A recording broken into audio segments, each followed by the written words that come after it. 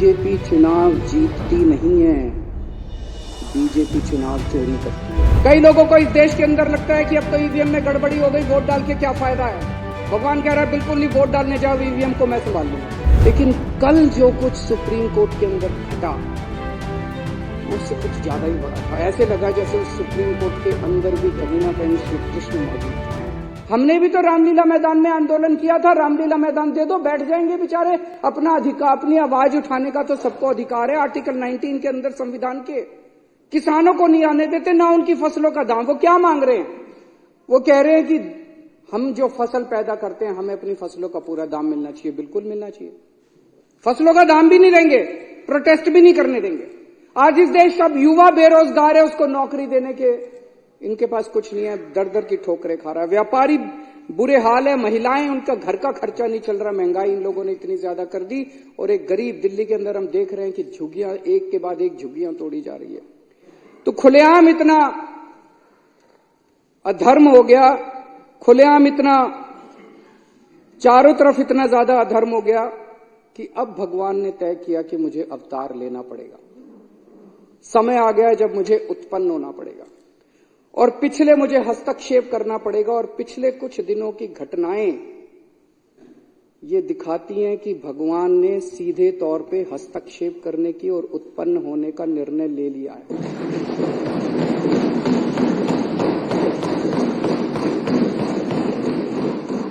30 जनवरी को चंडीगढ़ में मेयर का चुनाव हुआ। सुबह वोटिंग पड़ी। वोटिंग पढ़ने के बाद एक प्रिजाइडिंग ऑफिसर था, पीठासीन अधिकारी अनिल मसीह, इन्हीं का आदमी था। अनिल मसीह तो मोहरा है, पीछे तो वो हैं, उन्हीं का आदमी था। उस दिन इन लोगों ने तय किया कि आज उस हॉल के अंदर द्रौपदी का चीरहरण करेंगे। उन लोगों ने, इन कौरवों ने तय किया कि आज हम जनतंत्र का, भारतीय जनतंत्र का चीरहरण करेंगे। पूरी प्लानिंग करके आए थे। उसने तय किया कि मैं असली वोटों के ऊपर उनको ठप्पे मार मार के, डिफेस कर करके उनको इनवैलिड घोषित कर दूंगा और हारे हुए को जिता दूंगा। अब वहां पे श्री कृष्ण जी पहुंच गए द्रौपदी का चीरहरण रोकने के लिए। उस कमरे में दिखाई नहीं दिए किसी को, दृश्य थे, लेकिन थे वहां पे। आप लोगों ने अगर वीडियो में देखा हो, वीडियो में वहां जितने बीजेपी वाले मौजूद थे सारे कह रहे हैं कैमरे ऑफ करो, कैमरे। देखे आपने वीडियो? सारे चिल्ला रहे हैं कैमरे ऑफ करो, कैमरे ऑफ करो। कैमरे ऑफ क्यों नहीं हुए? श्री कृष्ण जी वहां मौजूद थे, उन्होंने कैमरे ऑफ किए। इन्होंने पूरी कोशिश करी कैमरे ऑफ करने की। उस दिन कैमरे ऑफ नहीं हुए। ये कोई संयोग नहीं है, ये ऊपर वाले का इशारा है, ऊपर वाले का। इतनी बड़ी दुनिया की सबसे बड़ी पार्टी जो पूरे दुनिया के अंदर, हम तो सबसे बड़ी पार्टी, सबसे बड़ी पार्टी को 5 मिनट के अंदर भगवान ने पूरे देश के सामने बेनकाब कर दिया। जो लोग द्रौपदी का चीरहरण करने आए थे, जो लोग भारतीय जनतंत्र का चीरहरण करने आए थे, भगवान श्री कृष्ण ने उनको पूरे देश के सामने उनका चीरहरण करके छोड़ा।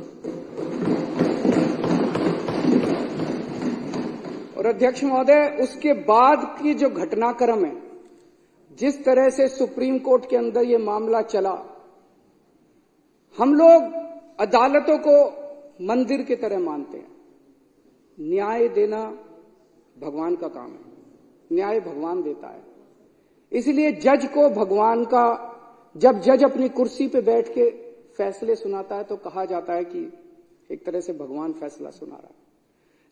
लेकिन कल जो कुछ सुप्रीम कोर्ट के अंदर घटा वो उससे कुछ ज्यादा ही बड़ा था। ऐसे लगा जैसे उस सुप्रीम कोर्ट के अंदर भी कहीं ना कहीं श्री कृष्ण मौजूद थे।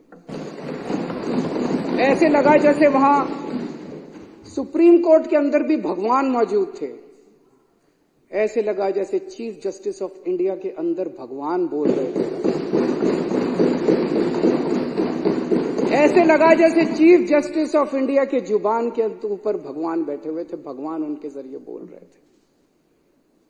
तो ये जो कल पूरा घटनाक्रम हुआ वो ये दिखाता है कि अब हम सबसे पहले तो सुप्रीम कोर्ट का बहुत बहुत शुक्रिया, इस सदन के माध्यम से हम इस सदन के माध्यम से सुप्रीम कोर्ट का शुक्रिया अदा करना चाहते हैं, उस पूरी बेंच का शुक्रिया अदा करना चाहते हैं, खासकर चीफ जस्टिस ऑफ इंडिया का शुक्रिया अदा करना चाहते हैं, जिन्होंने इतने कठिन समय के अंदर हमारे देश को, जनतंत्र को बचाने का काम किया। आज पूरे देश के सामने भगवान ने बेनकाब करके एक साफ साफ मैसेज दे दिया। भगवान ने, बीजेपी चुनाव जीतती नहीं है, बीजेपी चुनाव चोरी करती है।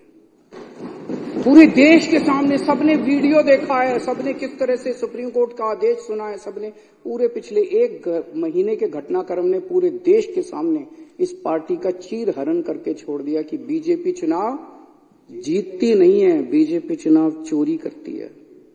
ये कोई संयोग नहीं है कि एक छोटा सा चुनाव, चंडीगढ़ के मेयर का चुनाव क्या होता है, कुछ भी नहीं होता।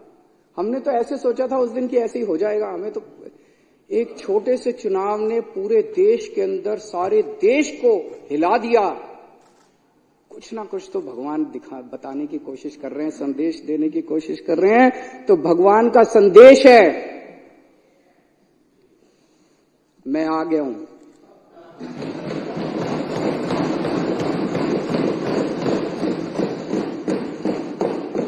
बीजेपी पाप कर रही है, बीजेपी अधर्म कर रही है, अब ये नहीं चलेगा।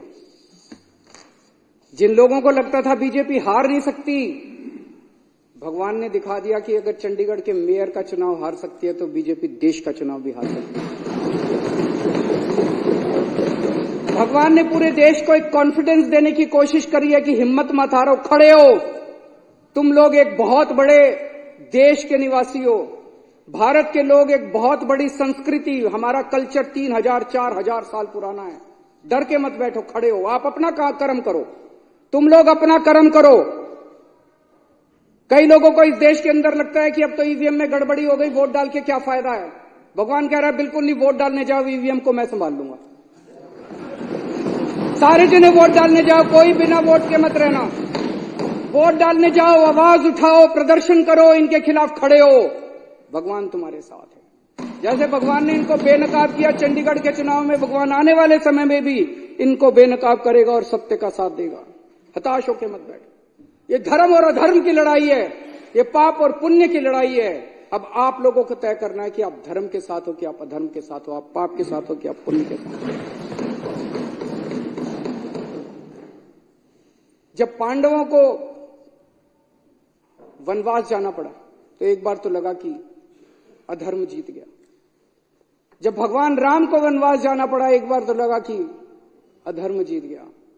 जब दुर्योधन का राज्य आया, जब कंस का राज्य आया, जब रावण की अति हुई तो एक बार तो लगा कि अधर्म जीत गया, लेकिन अंत में तो धर्म जीता। आज भी जब चारों तरफ बीजेपी का अधर्म फैला हुआ है तो एक बार लगता है कि अधर्म जीत गया। ऐसे लगता है ना कई बार, ये तो हार ही नहीं रहे जी, ये तो एक बार लगता है धर्म जीत गया, लेकिन धर्म जीतेगा, अंत में धर्म जीतेगा।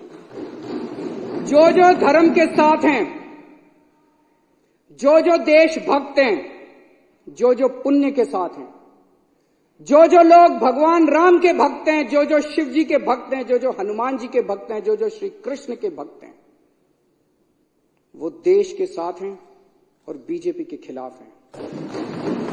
भारत माता की जय श्री राम, जय श्री राम।